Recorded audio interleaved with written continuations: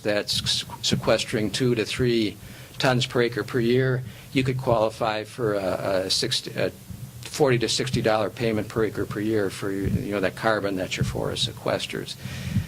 What is happening, though, because of the bill, there's been a lot of calculations made, in the Congressional Budget Office actually did a study of the impact of the cap and trade bill that's in Congress right now. They said if that were passed, they would expect within the next 5 years that those prices would be from $13 to $15.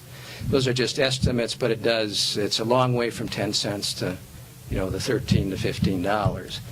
And again, for a landowner, that's you're getting 2 to 3 tons per acre per year that you could qualify for payment for. The other thing is, and I think this might be particularly applicable to some of you folks, they're using aggregators in carbon trading. That is, on the Chicago Climate Exchange, any market, you need a certain amount of carbon to be able to trade, and it's like, I want to say 10,000 tons, and you're not going to have that on a 40-acre parcel.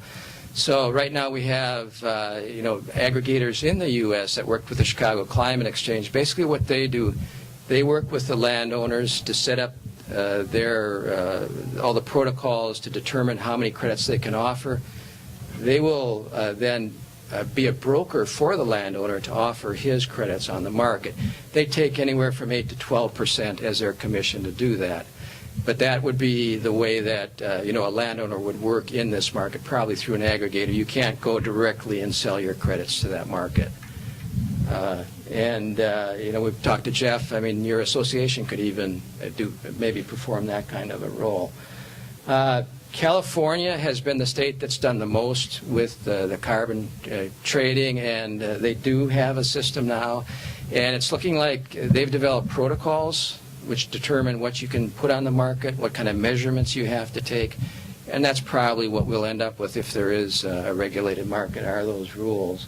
And their state protocol just went national in the last couple of months. And that's probably what we'll be looking at. There are regional initiatives. The Northeast Regional Greenhouse Gas Initiative has a market. They're regulating power plants. And right now the prices there are $2.21 per ton. So again, a lot of variety in all of these. And then you've got a lot of conservation-oriented nonprofits that you can go to their website, calculate your carbon footprint, then you pay them a certain amount of money to offset your carbon footprint, and a lot of them will go out and plant trees somewhere to do that. Interestingly enough, there's also a site, internet site, where you can pay for carbon debits.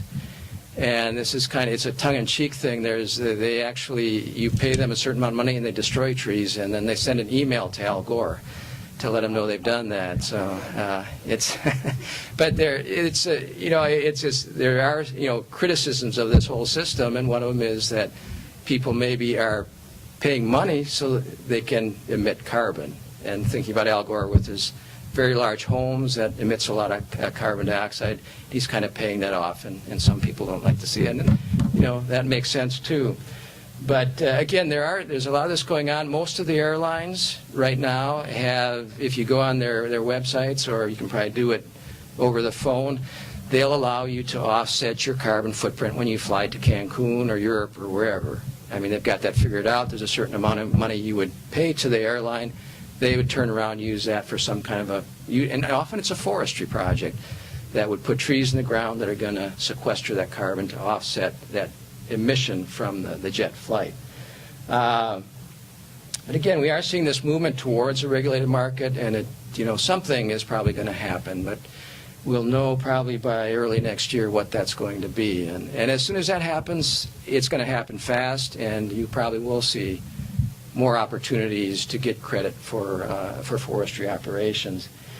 This is just illustrated. I don't know if you can read it or not, but just the way that market has grown between 2006 and 2007. The volume of credits went up from 14.3 to 42.1. That's about 3 times, tripled. And then the value of those credits went up about 4 times in that same period. So it is a market that's growing internationally. It's there, and it seems to be there to stay, at least so far. and just kind of an indication of what might happen. And some of the recent issues and events, we do have the legislation in Congress. We'll have to see what happens to that. I mentioned, too, that I know this group does work with legislators. These are new initiatives, and there's probably things that can be done at the state level. There's things that can be done at the national level to influence how those carbon credits are distributed, how those programs work. I talked to somebody today that works out in New York with carbon credits, and he said in Massachusetts right now, the state is loaning landowners money to do the inventory they need to. You have to establish a baseline when you enter the market. So you go out and do an inventory of your trees to say, how much carbon do I have today? So in a year, you could go back and say, well, how much additional carbon has been sequestered? And that costs from $8 to $10 an acre to do the inventory. So the state of Massachusetts now is actually loaning that money to landowners, so they don't have any upfront cash expenses or capital outlays to enter into that system. So the state is actually has legislation that helps landowners enter these programs because they see the value in the programs as well. Then we have the Copenhagen meeting that everybody's talking about. That's kind of the follow-up to Kyoto and the other global level climate change meetings. And I think a lot of people are looking to our country to do something there. We'll see what comes out of it. Right now, it doesn't sound like a whole lot, Will, but we don't know until it happens. And then that next one, the Climate Action Reserve Forest Project Protocol, that's the California protocol. It has become national and probably will be the protocol that's used if we move to a regulated market. Another thing that's happened is inclusion of urban tree sequestration. So that provides opportunities in urban areas and areas where you don't have, 10, 20, 40, 100 acres of trees to sequester, because you get the same sequestration in urban areas, but you also have other benefits. If you have shade, you cut down the heating bills in homes. So it's, again, a way to lower that energy use, lower the amount of carbon emissions. So I guess as a summary of this, there does seem to be this growing market for carbon, but there's still a lot of uncertainty, and that's what we're seeing in Chicago, climate exchange. Forestry will likely play a role. Europe doesn't like forestry. The U.S. has really pushed the forestry option, but in the U.S. we probably will definitely have a forestry option. And I think there are opportunities for landowners to participate in that market. If you have managed woods, if you're doing reforestation, but there will be opportunities if there is interest.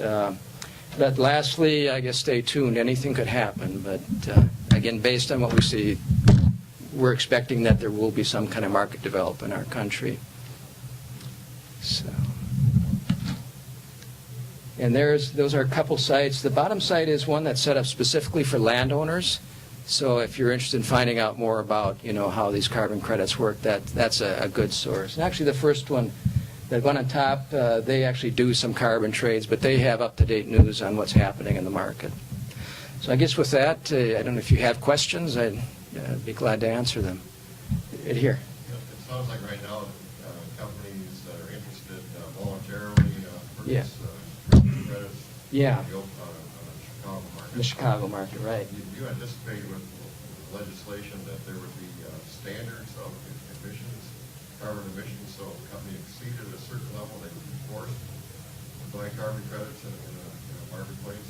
Yeah, and that's kind of what that legislation is pointing toward, kind of the cap and trade, which would do that, would limit the amount they could. So that's a pretty essential piece of the equation. It is. And then the other piece is so many people voluntarily come forward and say, I've got forest land and you can buy whatever credits I have. Yeah, yeah. Yeah, and a huge supply of that could drive the price down. It could, yeah. I think it's all the supply and demand. Right.